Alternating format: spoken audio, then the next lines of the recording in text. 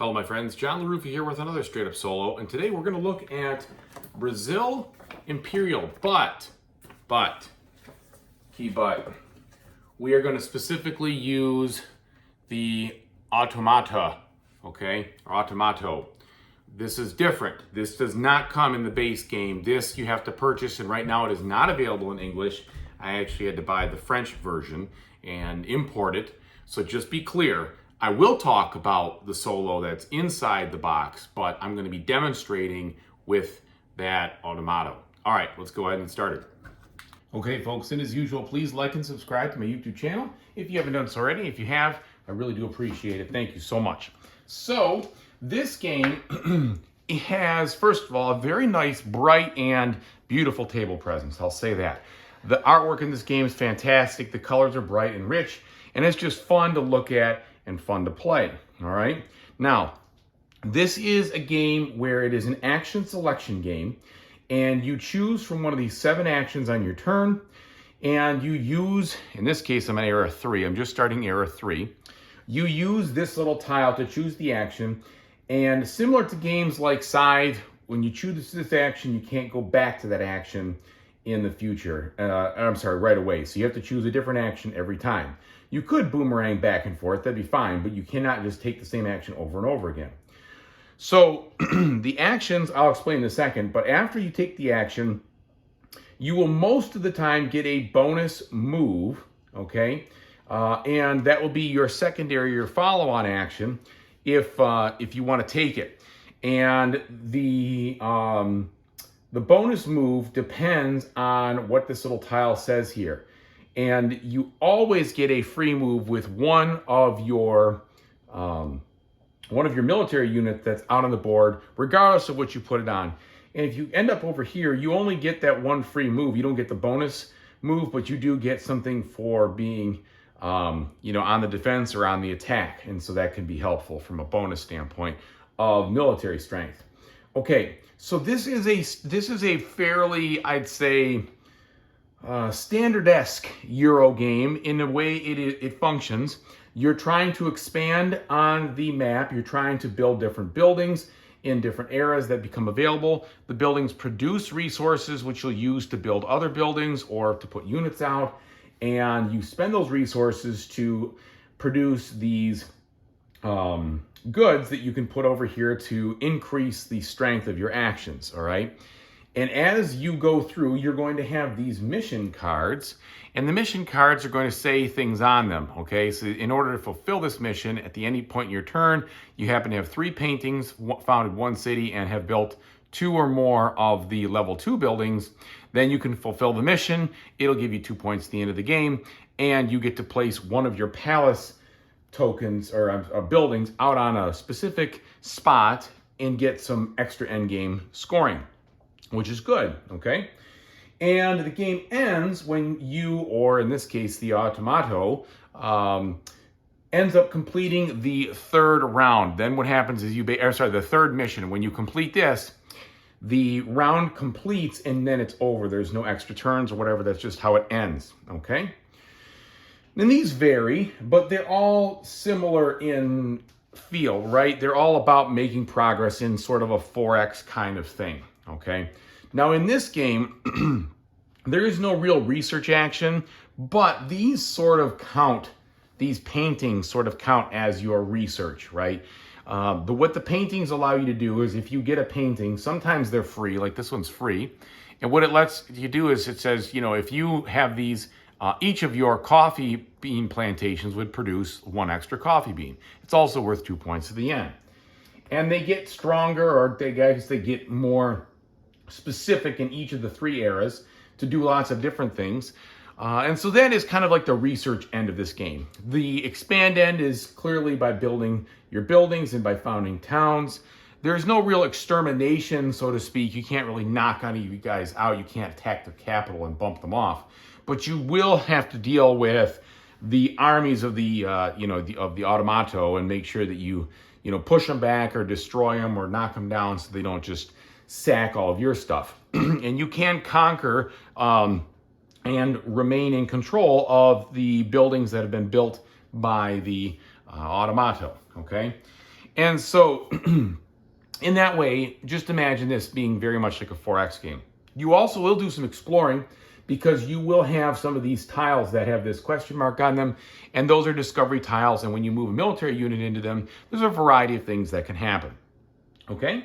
So, the one thing this game does give you, I should say the one thing, but one of the things that this game gives you is a host of different maps that you can build to play on. Okay, so there's the solo, which we're going to talk about at the end. Then there's two of these different maps that you can do from a two-player standpoint. And then there's 3 players and 4 players. But in the case of these, they're probably a little bit too big and too flabby. But you could essentially make your own, okay? Or you can go to their website. I guess they said they have some more scenarios there. Because these tiles here are double-sided, and you also have other map tiles that you can place in there. So you can kind of make whatever you want. And I don't think you really want to get it too big because you want to have that tension of being close to one another. Otherwise, you'll lose something. Okay, so like I said, it's an action selection game where you take an action, you do the action, you move a guy if you have it. You may move him twice with the bonus, and then it goes to the other player. Now, this Automata is run by 2 decks of cards. And the decks of cards are similar to other types of games like this that run by 2 decks, where you can see here, this is pointing at a slot, right? And depending on whether you're in age 1, 2, or 3, it will either activate this action, or this action. Also, the movement is handled by a deck of cards in a similar fashion, whereas there's the slot right here, and it'll point at one of these, and then this will basically either change the direction that you're heading or increase or decrease the speed at which your army moves, okay? Now, let me demonstrate a couple of turns, and then we'll get back to, the kind of the meat and potatoes of what's going on here, and then I'll tell you what I think. So, like I said, when you take your turn, you get to place this down. And because I'm just starting Era 3 at this moment, I can pick any action, but then it'll stay on the board from there. Now, what do I want to do? Well, I want to focus on accomplishing one of these 2 goals. Of course, I can accomplish both of them, but my level 2 goals are close but not accomplished. The Automato already accomplished his second level 2, which is why we are into Era 3 in this mode here. And so I've got my 3 paintings right here. I founded my 1 city already, and I need to build a second building from a level 2 standpoint. And that could either be one of these gold, these foundries, or it could be a cotton plantation. And since I don't have a cotton plantation, I think I'm going to be looking for that. So how do I do that? Well, luckily, most of what you need to play this game is actually printed right here on the board, which is very nice. So it says to build a cotton plantation, I need to spend 1 gold, which I have, and I need to put it on a spot that is in the plains, which I can. And then I can put it anywhere in my capital area.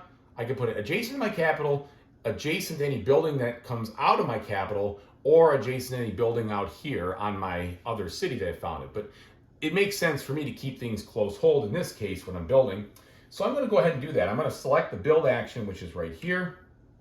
I don't have any special bonus modifier, but I get to place this down. I'm going to put it right here, and then I have to spend the gold to do that, like we talked about. And then it immediately will produce 2 cotton. Okay. All right. So now I have 2 cotton available. Now, things in your cities are available to be spent and used. You can hold a maximum of 5 things in your storage, but you can't really get things in your storage easily. You have to actually take the harbor action or trade action to do that. And we'll see that in a second here.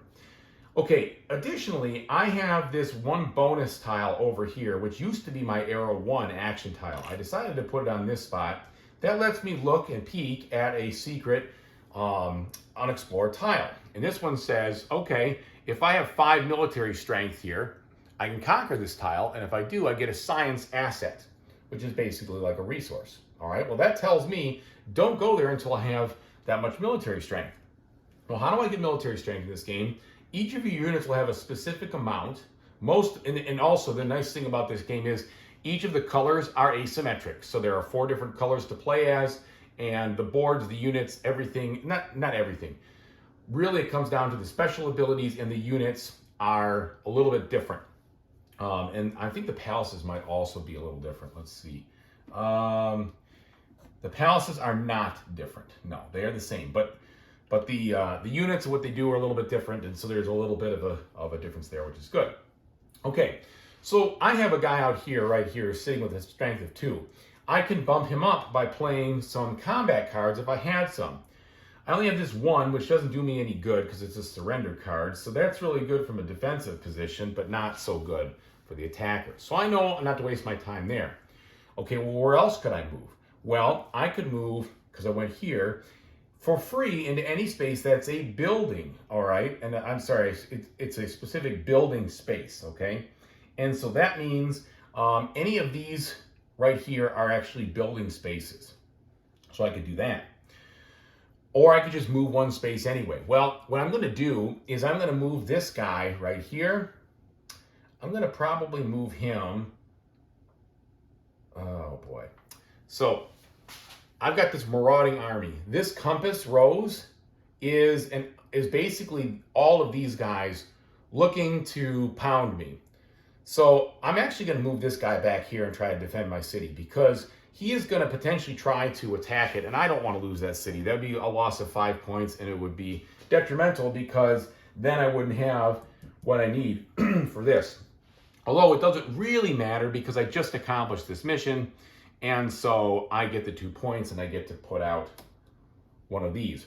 So what should I put out? Well, I just built that cotton plantation. This gives me an extra cotton if I build it on there, plus 2 victory points. Or I could do this one and get a free upgrade with it. And that would go on, well, I don't actually have a farm out there right now. So I'm going to put this out here, all right? And then it comes immediately, I get that extra cotton. And now my cotton plantations are worth 2 points more at the end of the game. Instead of just 2, they'd be worth 4. So that's kind of cool. So it changes up how the scoring works, okay? Now, let's see how Mr. Autumn is going to do this. So he is going to, in this case, it's kind of interesting. I should say it's just different. What you do to start, instead of working left to right, you work right to left. So I don't know why they have it in that direction. But this will be my movement for this turn right here. And when you start a deck over like I just did, you just work from top to bottom and you don't activate any of these things. This card, being at the end, does not activate. It will cause me to shuffle and then flip over for my action. And my action will be the top one, in this case, when you flip over.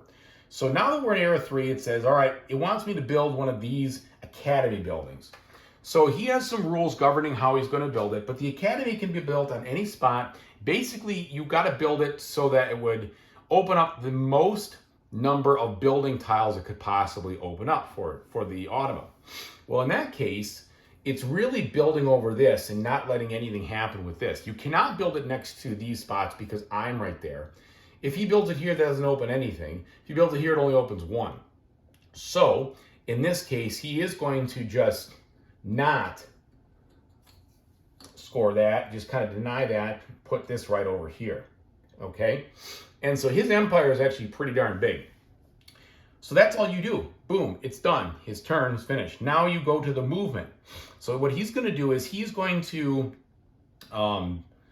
basically try to, normally he would point at one of these, because I shouldn't say he doesn't activate these. He activates the top one. It would point at one of the hidden tiles, but since there are none in the game, now he'll go down to the next spot, and it is point at my capital. So he was pointing up here. Well, now he's going to point down here at my capital, which kind of goes in this direction, right? Then, depending on his movement strength, he's going to maraud around, destroying everything in his path. So this is where it's a little tricky until you get the hang of it. So notice this situation here. You have to line this card up with the rows and say, okay, he has a movement strength, in my case of 4, but it maxes out at 3. So he's going to go space 1, space 2, and space 3. And if he knocks into one of my units on the way, he's going to attack it. If he knocks into a discovery tile, he's going to discover it. Well, in this case, I get relatively lucky because it goes like this. Movement 1, movement 2, but then movement 3. He actually skips my city right there and goes this way. And I say relatively lucky because that just means he's coming down here and I'm going to have to either head him off at the pass and stop him, or we're going to have some issues. Okay, so then he's basically moved and we're going to set this card. Well, it stays right there, and then that is his turn. All right, so back to me now. I told you he's coming my direction. And that's a problem because in this game, you can't just pile up units like he has it to attack. He is kind of special in that realm, is that he's able to move all his units together. The only way you can do that is with your monarch. Well, or in some cases, a different unit. I'm lucky in the fact that my monarch has the ability to move units together. So I can, if I want to attack him. Well, that only gives me a strength of 4. He's sitting there with a strength of, let's see, he's got 6. And he has 3 combat cards. So I'm guaranteed to pretty much lose that. So what should I do? Well, I better find a way to deploy more units. But I don't have any gold. All right, so how do I get some more gold? Well, I can take the renovate action. And in the renovate action, you basically, if I didn't have this cube here, you have to spend 1 resource from anywhere to refill the card. But you can also flip it over. So let's say I wanted to renovate this and I actually wanted like a cotton mill. If it was completely empty, I can flip that over and start producing cotton. It's not what I want to do, because what I really need to do is get some gold so I can start to deploy more guys. But it's an interesting way to change up your board and give you some more flexibility when you renovate. The only time you can renovate is when the resources are completely gone. You can flip it over and then pay that 1 resource or nothing in the case where I've upgraded it to be able to do that. Now, the other thing that's great is I have a bonus right here, which I can draw another combat card, which I desperately need. And now it says pay resources to increase your combat strength. 1 resource equals +1 combat strength. Use as many resources as desired. Ho ho! Well, this is a great card because now I could funnel 1, 2, 3, 4, 5 resources in there, and that would really make for a strong move. So that might really help me out. Now I've got some movement here. What I'm gambling with at this point is he could move away from me and I would be too far away to get there. Or I could try to take him right now. And I think based on what I got there, I'm going to try to take him. Well, so that's tough because there's 6 right there. So he could easily be like 7, 8 or 7, 8, 9. And so I'm at 4 and I've got 5, 6, 7, 8, 9. I have 9 that I could pump up. At least in my case, I interpret the camp, and I'd like to know for sure, so I better look at this, but I don't know when you have to pay for the goods for the camp, but that might give me the ability to pay at the very end so I can tell how much I have to pay versus having to do it in the midst and pay first, because it's going to be costly to expend everything. All right, so let's see, the combat, there, it doesn't really tell me on there, unfortunately. Now, where is those? Oh, here are combat cards. Does it talk about the camp? Place face down. Yeah, it doesn't really explain. Take, for instance, the count. Yeah, it doesn't really tell you when you do that. You reveal them. Okay, the attacker applies all their cards first. So they're revealed and then the attacker applies all their effects first. Okay, so let's go for it. Let's just try to be bold here. I'm going to play this combat card and I'm going to try to attack him right here. Now remember, he is actually all these guys. He's going to play 2 of his combat cards. So we're going to shuffle these up, see what he does. He's going to play these 2. All right, so what did it do? Well, he gets +1 for this guy. And then it says your opponent loses 2 if they are using cannons or grenadiers. Nope, I'm not. So he gets +2. So that means his strength is 8. So my strength right now is 4, and I'm the attacker, so I have to beat him by 1. So that means 5, 6, 7, 8, and we'll go 9. So I literally had to spend everything to knock him out. Now his units aren't dead, they just get put out here until they get redeployed. But that's really important because this guy can really be a challenge walking around just mowing things down. So I'm happy to have knocked him out in that regard. It cost me just about everything I had, but at least that threat is gone. Okay, and then my other bonus move is I can move to a spot that's on the shore. And I think in this case, what I'm going to want to do is I'm going to want to put these guys up here. All right. We're going to leave him right there right now. Now, go back to him. We'll just demonstrate one more move. So we move this over. This is now pointing at this spot, which is already been built. So it scans down. I've already built the orange. Then he's going to build this blue.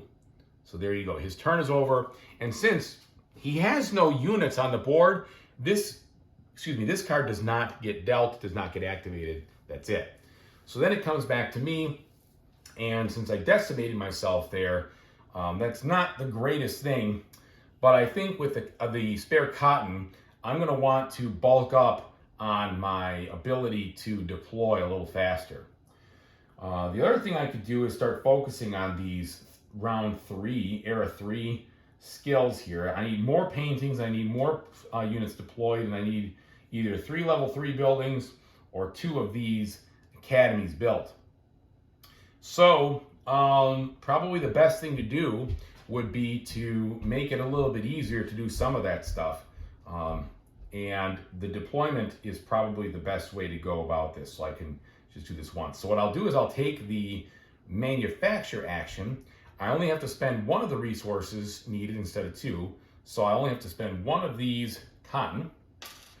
And then I can put this over here.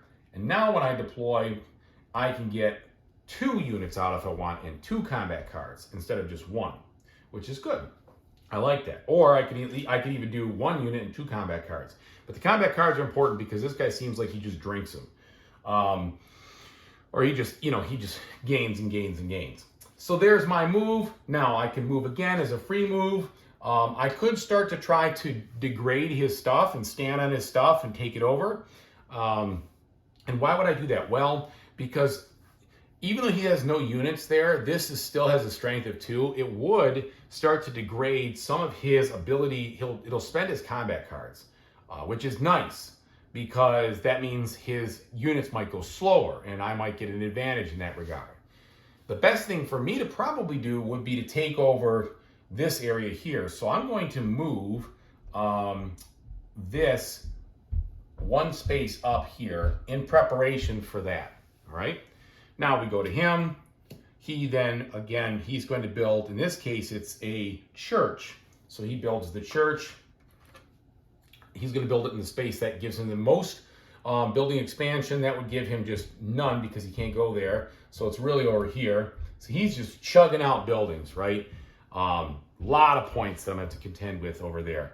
And then his turn is done. He still has not built that unit, so he cannot move. He doesn't go anywhere. Goes to me now. And I think at this point, the best thing to do would be to start to prepare, to build more stuff there, more armies, etc. And also, it wouldn't hurt to have some gold and some cotton to build a church. So I think I'm going to go ahead and I'm going to renovate again.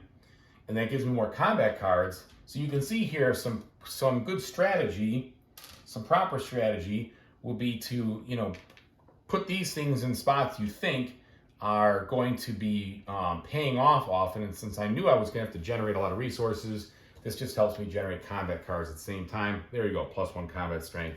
I like it. Now, I could attack here, but that would be pretty foolish considering he's probably going to beat me with that. My guys are only still just 4, and that's a 5 city, so that's 5 defense right there. So you get the idea. I'm not going to move my guy, and we're just going to pause right there for what I'm doing. The game ends again when one of us accomplishes the 3rd age, and when we do that, We score. He scores just like you would in most every case. And then, you go from there. Now, I will show a couple things. Notice all those cards are, they're language independent, okay? That's from the Automato deck. That's why I say I bought the French one and I'm dealing with it. Unfortunately, the helper cards are not language independent, right? They're in French. But I have used Google Translate to try to figure out what those say. And I've also downloaded and read the rules in English, and they're not too bad. Okay, so it's definitely doable. Once you get the hang of the actual system, these pretty much drive what you're doing, and you just need to know what the icons mean. All right, so that is basically what you're doing in this game. It's kind of a 1 versus 1, and then you're going to see at the end who wins. Now, how do you score? How does it end? Well, you're going to score points based on all these categories. Deployed units score you points. The manufactured products you've made score points. The paintings, the revealed mission cards that you, not the revealed, the completed mission cards. Okay. Gold cards might score you some points. Exploration tiles, like I have a couple here, might give you something. Your palaces, and then buildings and cities that have things on them as well.